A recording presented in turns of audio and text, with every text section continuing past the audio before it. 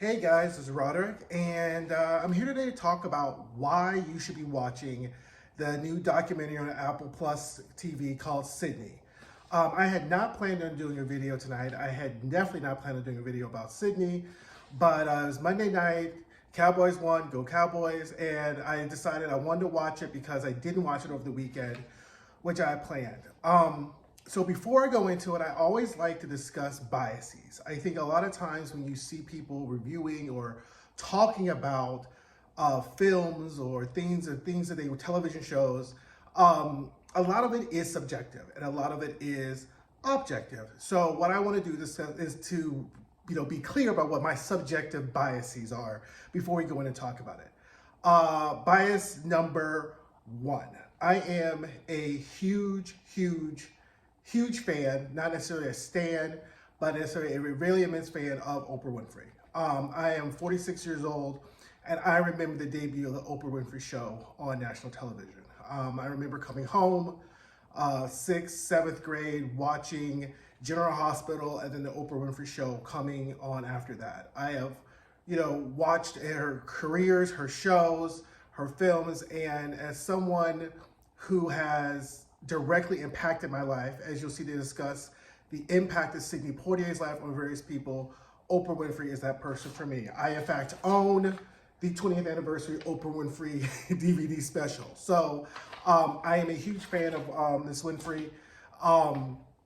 Basically, I used to always say that if Oprah was, her killing pandas in her basement, it'd be okay with me because of the amount of many lives she's saved and how impactful she's been in my life. Now, I don't think she's killing pandas in her basement, but basically as a person, as an icon, she is a role model to me in my life as to what is possible to be achieved. And that's my first bias because this documentary was produced by Oprah Winfrey. Next bias, I'm not a big fan of documentaries. I have found that over the course of the years, a lot of the documentaries always kind of have a tilt to them. As a feature filmmaker, it's all woven by fiction. It's, you write a script and then you kind of, you have the vision of it and it's fictional. So therefore you're in the hands telling a story. Now I have a lot of friends who are documentarians, and I also recognize that being a documentarian and being a filmmaker who does documentaries, you're also telling a story as well. I'm from the kind of school, I love like animal documentaries. Here's the fox, we watch the fox go to sleep, we watch the fox hunt, we see the trials and travails of the fox, and there's not a slant or an agenda to it. It's just watching these animals in nature. What I've tend to see kind of recently is a lot of documentaries they're putting out that have a definite narrative to it, they have a slant, they kind of have an angle or an edge, which I understand that, again, you're telling stories and I don't want to denigrate anyone's profession, but I kind of like to always want to see the whole picture of things. And it's very hard to see documentaries today that kind of show the subject kind of fully, corporeal, outside of whatever slam. That being said, with these two biases going in, which are kind of competing in a way, I have to say I was blown away by the Sidney documentary. It was not what I expected it to be. It exceeded my expectations, and I think it's something that really a lot of people should watch for the several reasons, kind of the plot points. So I'm not going to go through and kind of like recap the documentary because I really want everyone to watch it, but there's some important plot points or certain issues that it does bring out that I think that is worthy for you to view, is worthy to start this discussion, because I think a lot of days now with social media being just kind of like 140 character, everyone having an attention span that's very, very small, there's this kind of pervading thought that a lot of the things that we're encountering or seeing today, they started today, And the truth of the matter is that most of the things in life as a person or in general are not uncommon to you. They're just new to you because they're happening to you for the first time. And one of the things that the Sidney documentary does is really kind of stretches back the kind of causal chain between a lot of the social issues that we're seeing today and really puts them in a very contemporary context. And I think that's very important because I think when we start talking about social issue, racial injustice, we like to just think of it happening now and think, oh, that was back then, and we don't see the connection between what previously was occurring, what is occurring now. Because if you're not a student of history, then you will not be able to change the present. You have to be able to know what is occurring, what has occurred, not necessarily to create a testimony or a monument to it per se, but to be a student of it so that you can evolve and grow past that. So so Sidney, currently streaming on Apple Plus, produced by Oprah Winfrey, and I have to say it was brilliantly directed by Reginald Hudlin, who was the director. One of the biggest points and benefits of this documentary is that so much of it was said or told by Sidney Poitier himself. That adds a level of authenticity and credibility that a lot of documentaries, when it's about a person kind of his stature, and you have the testimonials, and then you kind of have the voiceover with the pictures, and a couple of interviews kind of intermittent in time. This seemed to very much give a very much reflection of him talking about his life with a certain authenticity and honesty and vulnerability that you typically don't see when people have documentaries or speaking of their life. In particular, there's this moment with his first wife, Miss Juanita Hardy.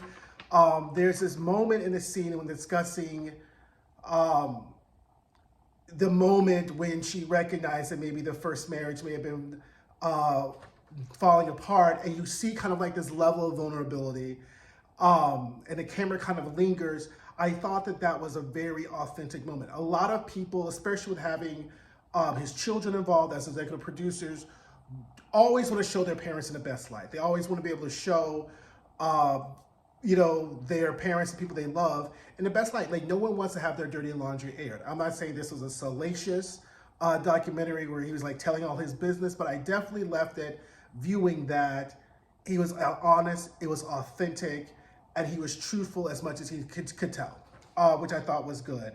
Another great thing about this is you see his relationship with Harry Belafonte. If Harry Belafonte if you're watching this and you don't know who Harry Belafonte is, Google it, watch a film of his, and then watch this film. I think a lot of times you talk about people and not understanding kind of the importance that these people have is because everything I know I achieve or will ever achieve as a Black gay man will be on the shoulders of men like Sidney Poitier and Harry Belafonte.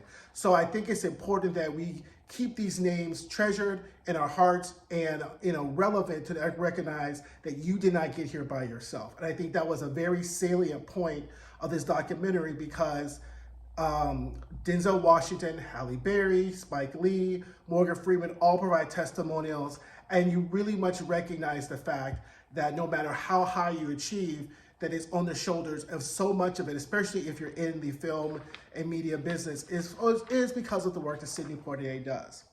One of the most interesting things about this, and which I think is worthy of viewing and discussion, is to talk about the discussion of race and discuss about how when he arrives in America, he comes from an island, from Cat Island, from Nassau, Bahamas, that's 90% Black. So when he arrives in Miami and he's still in the minority, it's important. One of the kind of salient themes is that how he saw himself as a person never changed, regardless of how other people saw him. And I think that that's something that I think Black people in America have to kind of have a relevant conversation about. Is it's not always about kind of how other people view you as opposed to how you view yourself and what are your guiding values.